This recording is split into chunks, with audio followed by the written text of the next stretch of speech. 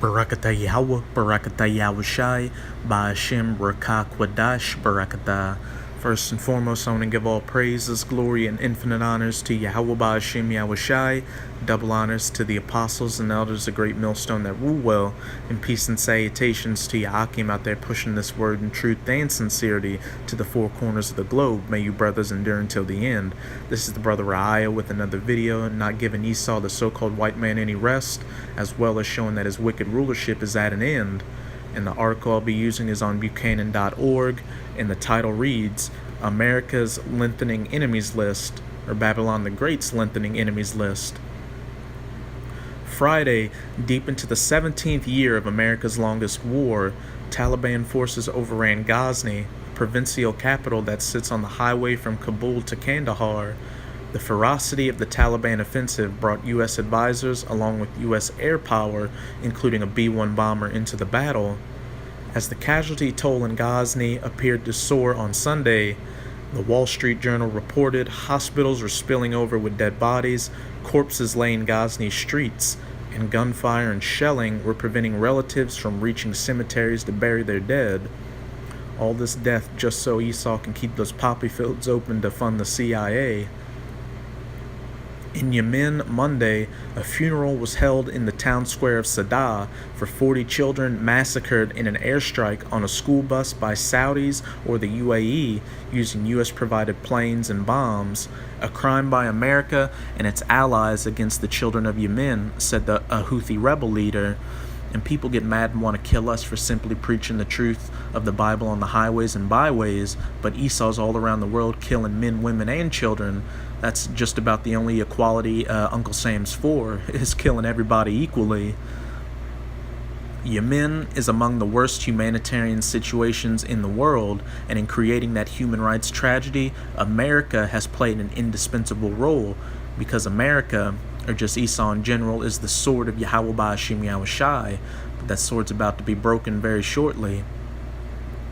The U.S. also has 2,000 troops in Syria. Our control with our Kurd allies of the quadrant of Syria east of the Euphrates is almost certain to bring us into eventual conflict with a regime and army insisting that we get out of their country, and there will be a conflict because it's all part of prophecy, that Battle of the Valley of Jehoshaphat or Battle of Armageddon, which is going to draw the U.S., which already has assets there, Russia, which also has assets there, China, NATO, the State of Israel, Iran, what have you, into that Middle East region for that grand judgment of Yahweh Ba'ashem Yahushai. As for our relations with Turkey, they have never been worse. President Erdogan regards our Kurd allies in Syria as collaborators of his own Kurdish terrorist PKK. He sees us as providing sanctuary for exiled cleric Fethullah Gulen, whom Erdogan says was behind the attempted coup in 2016, in which he and his family were targeted for assassination. Last week, when the Turkish currency, the lira, went into a tailspin, President Trump piled on, ratcheting up U.S. tariffs on Turkish aluminum and steel. If the lira collapses and Turkey cannot meet its debt obligations, Erdogan will lay the blame at the feet of the Americans and Trump. And while the cover story for these tariffs is because Turkey won't release that American pastor, one of the main reasons for these tariffs is because Turkey is pivoting towards the east, becoming an ally of Russia and China, as well as planning on joining the BRICS nations, which raises a question. How many quarrels, conflicts, and wars, and with how many adversaries can even the mighty United States sustain? And it's going to be impossible for the U.S. to sustain itself once World War III gets kicked off, because they're going to be destroyed during this great war. And this brings me to my first precept in Obadiah. I'm going to start at verse 7. All the men of thy confederacy, or allies, such as Turkey and even the EU and NATO, which are going to turn against the U.S., have brought thee even to the border. The men that were at peace with thee have deceived thee and prevailed against thee. They that eat thy bread, such as a military and financial sustenance, have laid a wound under thee. There is none understanding in him, because all of America's allies are eventually going to turn against it and shoot their nuclear missiles over onto the United States, turning this place into the biblical lake of fire. I'm going to jump down to verse 9. and thy mighty men, which are speaking of warriors or soldiers, O Teman. And Teman was a chief ancient house of Esau, which can be compared to the United States today, because that's the chief house of Esau, shall be dismayed to the end, that every one of the mountain of Esau may be cut off by slaughter. And those mighty men will be dismayed, because not only are they spread thin right now, but the U.S. is gonna take heavy casualties in this coming war, and a lot of you people out there are gonna be drafted because of those heavy casualties. Not just you men, but women as well. In November, the most severe of U.S. sanctions will be imposed on Iran. Among the purposes of this policy, force as many nations as possible to boycott Iranian oil and gas, sink its economy, bring down the regime. Iran has signaled a possible response to its oil and gas being denied access to world markets. This August, Iranian gunboats exercised in the Strait of Hormuz, backing up a regime, warning that if Iranian oil cannot get out of the Gulf, the oil of Arab OPEC nations may be bottled up inside as well. Last week, Iran test-fired an anti-ship ballistic missile.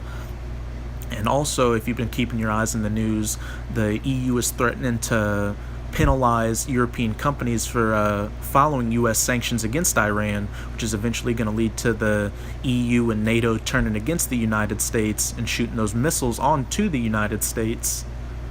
Iran has rejected Trump's offer of unconditional face-to-face talks unless the U.S. first lifts the sanctions imposed after withdrawing from the nuclear deal.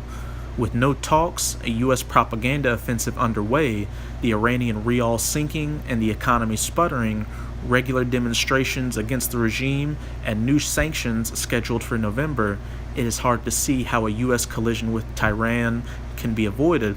And it's not going to be avoided because it's all part of prophecy. Again, that Battle of the Valley of Jehoshaphat, or Battle of Armageddon. This holds true as well for Vladimir Putin's Russia. Last week, the U.S. imposed new sanctions on Russia for its alleged role in the nerve agent poisoning of ex-Russian spy Sergei Skripal and his daughter in the British town of Salisbury, Salak.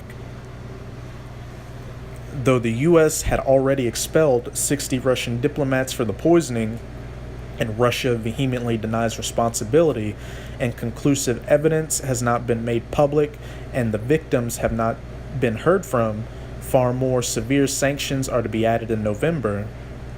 Prime Minister Dmitry Medvedev is warning that such a U.S. move would cross a red line.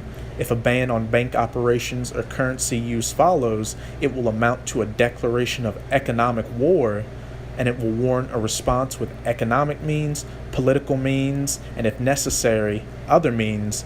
That war option, which is really the only option that matters, because there's that saying, first there are trade wars, then currency wars, then real wars. That the sanctions are biting is undeniable. Like the Turkish lira and Iranian rial, the Russian ruble has been falling, and the Russian people are feeling the pain. Last week, a U.S. Poseidon reconnaissance plane observing China's construction of militarized islets in the South China Sea was told to leave immediately and keep out. China claims the sea as its national territory, and the Chinese aren't playing around. There have been news articles of commercial Chinese boats using military-grade lasers to blind U.S. pilots and give them permanent damage to their eyesight. And North Korea's Kim Jong-un apparently intends to hold on to his arsenal of nuclear weapons. We're waiting for the North Koreans to begin the process of denuclearization, which they committed to in Singapore and which they've not yet done, John Bolton told CNN last week. A list of America's adversaries here would contain the Taliban, the Houthis of Yemen, Bashar al-Assad of Syria, Erdogan's Turkey, Iran, North Korea, Russia, and China. A pretty full plate. Are we prepared to see these confrontations through? No. To assure the capitulation of our adversaries. What do we do if they continue to defy us, which they will? And if it comes to a fight, how many allies will we have in the battle and wars that follow? You'll have your allies, but they'll turn against you eventually and shoot their nuclear missiles onto you. Was this the foreign policy America voted for? No, but it's the foreign policy that Yahweh Ba'Hashem Yahushai voted for to bring these prophecies to pass and end Esau's wicked rulership. So as you brothers can see, we're at the door of our salvation and eternal rulership. Now I'm going to get a few more precepts to show things are about to pop off. I'm going to go to Jeremiah chapter 50. I'm going to start at verse 3. For out of the north there cometh up a nation against her. And in the scriptures, the United States and Russia are called the North Country, but in this instance, it's speaking of Russia, which is that far North Country, which shall make her land desolate, and none shall dwell therein. They shall remove, they shall depart, both man and beast. Speaking of when Russia, along with its allies and the U.S.'s allies that have turned against it, have shot their missiles onto the United States, turning it into that lake of fire. I'm going to jump down to verse 9. For lo, I will raise and cause to come up against Babylon, or the United States, an assembly of great nations from the North Country, Russia, China, Iran, North Korea, and such, and they shall set themselves in array against her. From thence she shall be taken. Their arrows shall be as of a mighty expert man. None shall return in vain. And those arrows are speaking of those nuclear ICBMs, because in the scriptures, nuclear missiles are compared to arrows, flying swords, or what have you. Just going to show that those nuclear missiles will hit the United States. Now I'm going to go to Ezekiel chapter 38, start at verse 2.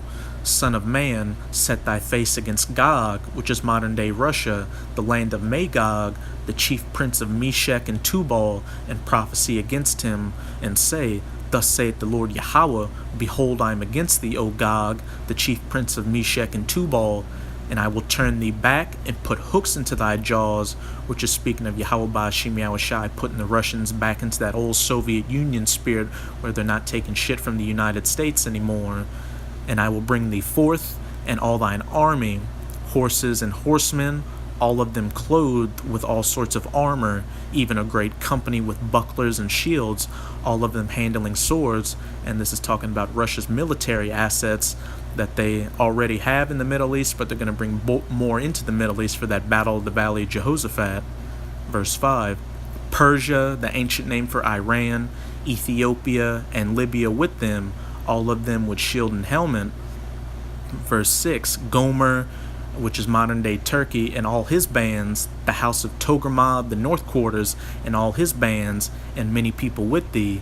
Be thou prepared, and prepare for thyself, thou and all thy company that are assembled unto thee, and be thou a guard unto them, which goes back to Jeremiah chapter 50, that north country with all those nations allied with it. And what did we just read with in this article? A list of America's adversaries here would contain the Taliban, the Houthis of Yemen, Bashar Assad of Syria, Erdogan's Turkey, or Gomer, Iran or Persia, North Korea, Russia, and China. A pretty full plate, showing that America's going to get that work during this battle. And now I'm going to close it off with Revelation chapter 17 and 16, showing that the United States or Babylon the Great is not going to receive any rest even from its allies. And the 10 horns, which is speaking of the EU, which thou sawest upon the beast, which is NATO, these shall hate the whore, or the United States, and shall make her desolate and naked, and shall eat her flesh and burn her with fire. And this is speaking of those nuclear missiles when NATO is going to turn against the United States and ally itself with Russia and China and shoot their missiles onto the U.S. So brothers, just keep strong. We're at the end of this thing. And with this video, I hope you sincere Akim were edified. I'm going to say Abba Babal, Kwam Yasharala. Until next time, Shalom. Keep pushing this truth.